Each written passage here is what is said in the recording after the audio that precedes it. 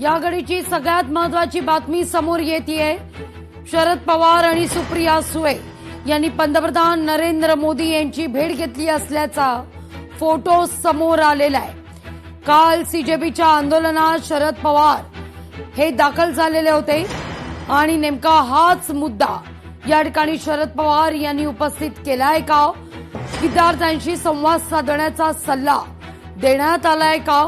असे अनेक मुद्दे या निमित्तानं आता उपस्थित होत आहेत। जंतर मंतरवर विद्यार्थ्यांची भेट घेतल्यानंतर या ठिकाणी अभिजित दिपकेंनी अनेक महत्वाचे मुद्दे शरद पवार यांच्या समोर मांडलेले होते।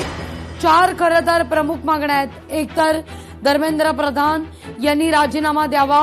दुसरी महत्वाची बातमी, या आंदोलनात दरम्यान ज्यांच्यावर गुन्हे दाखल आहेत हे गुन्हे मागे घेण्यात यावे।